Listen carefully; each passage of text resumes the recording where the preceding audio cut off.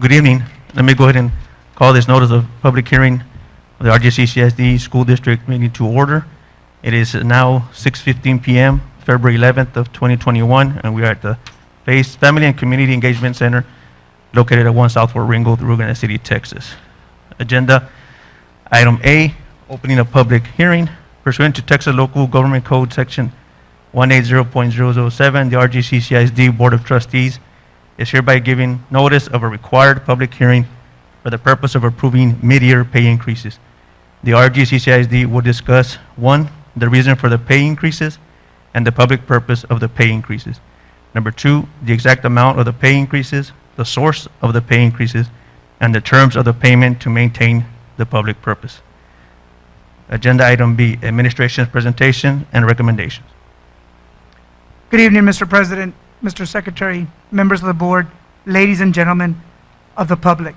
As your acting superintendent, I come before you at the opening of our public hearing as pursuant to the Texas Local Government Section 180.007 for mid-year pay increases.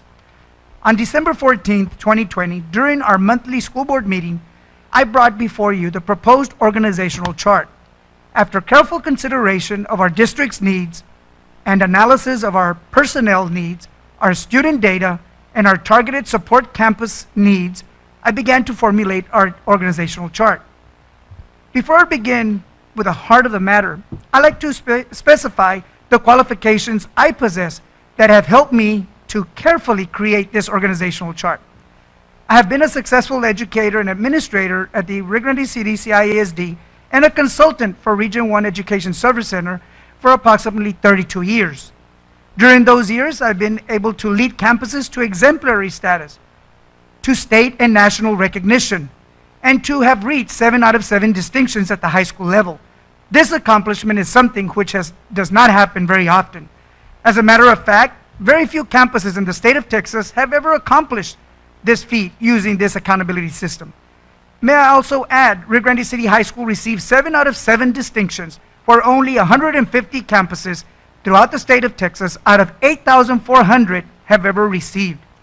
Always having the best interests of our students, teachers, administrators, and staff at the heart of our decision making, I have come to careful conclusion of what entails the design of a truly exemplary district. In my contention, given the responsibilities which have been bestowed upon me, that will take our district to places where we have never been before, and as we guide our proud district to uncharted waters during these present situations that we're in with COVID-19, there is no doubt in my mind that we can accomplish all of our goals here at Rio Grande City CISD. With that being said, as we look at the organizational chart, I recommended individuals to positions that I felt needed to be in place for certain positions in order to accomplish our district needs and to obtain our overall goal, which will always be to be an A-rated district.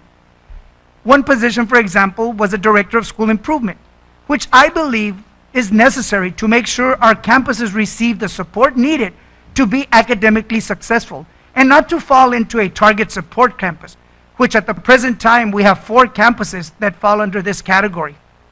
Another position is the assistant superintendent and executive director. We need these positions to help our school district and campuses, give them the support that they need to accomplish the goals that we have set, and under the supervision of the superintendent and directors. We also looked at some directorships that needed to require some master's degree. Since I was asked to guide the district, which is something that I will do tirelessly with passion, and replacement of myself at Gruya High School was necessary. So there needed to be an acting principal at Gruya High School.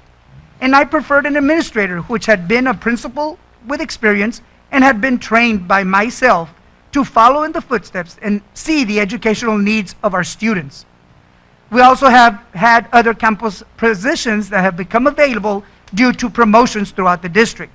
This caused a ripple effect throughout our organization, and I believe each position and each individual which has been tasked to fill will directly be responsible for bringing a positive change to every staff member that they come in contact with.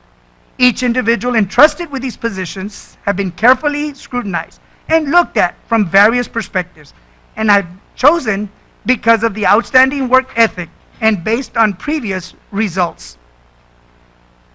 All of the salary increases that are being looked at are due to promotions, and the majority are due to increase of work days to their calendars, and in some cases, an increase of responsibilities, an increase of supervision of personnel. It would also help with the morale, and we have also looked at similar comparative strategies throughout the Rio Grande Valley with equal positions. All salaries and determinations are done by our Assistant Superintendent of HR, Dr. Arcadio Salinas III. Dr. Salinas has always followed our district-approved pay rate structure and does not deviate from this system. The total amount for this area is $283,216. This will be coming from 199, our general fund, Title I, Part A, and 101, general fund. We do have the funds in our budget. At this time, I'll entertain any questions you might have. Do we have any questions from the board? No questions? Just one quick question. That COVID relief, who would be talking about that? Like, Sure, I don't know if they can hear you. that COVID relief stipends. Okay.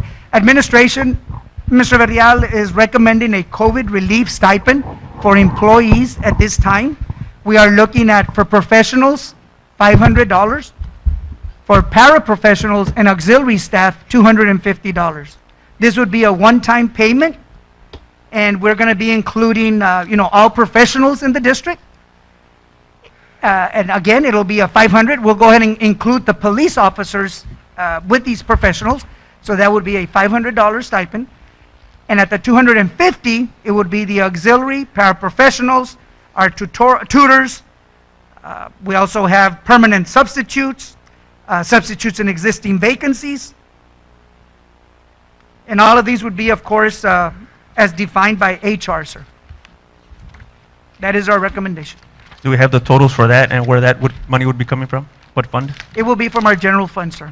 I've met with our CFO, Assistant Superintendent of Finance, Ms. Robles, and she has told me we do have the funds, sir. And we're still working on the Within total our for that? For the relief, for the COVID relief? Do we have a total on that amount, or are we still working on that? Ms. Robles will go ahead and answer that question, sir. I just want to clarify, meeting started at 6:30, right? We had a special hearing at 6:50. I got a question about the policy, Mr. Peña. Is it the same policy that was implemented last fall, or is there different, or are there qualifications to it, or For the stipend, for sir, the stipend? Or it's just all around? it's for all employees, All and it's a COVID relief, a one-time stipend, sir. Okay.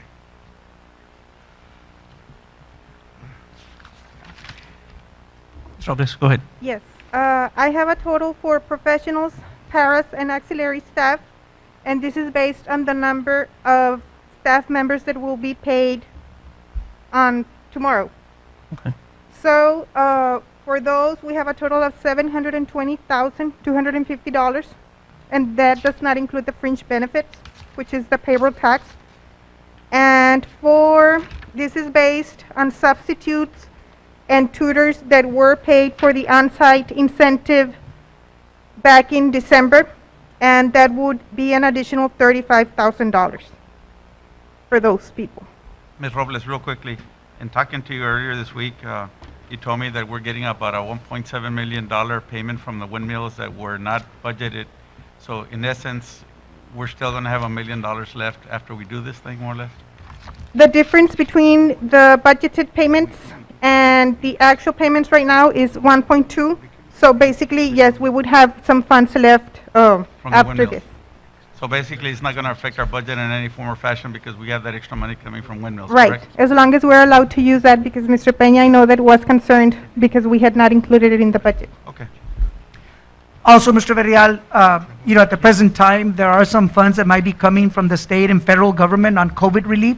So there might be a possibility that we can be reimbursed in the future. The good thing about the stipend, we designated it as a COVID stipend. Who knows, we may get reimbursed for that too. Yes, sir. Any other questions from the board?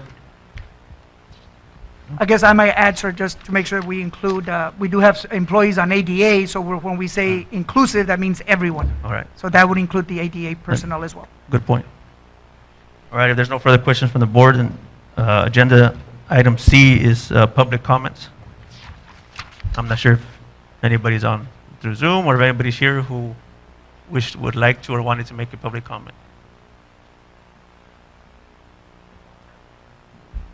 With none appearing, we'll go ahead and close the public hearing for mid-year pay increases, and the time is 6:25 PM.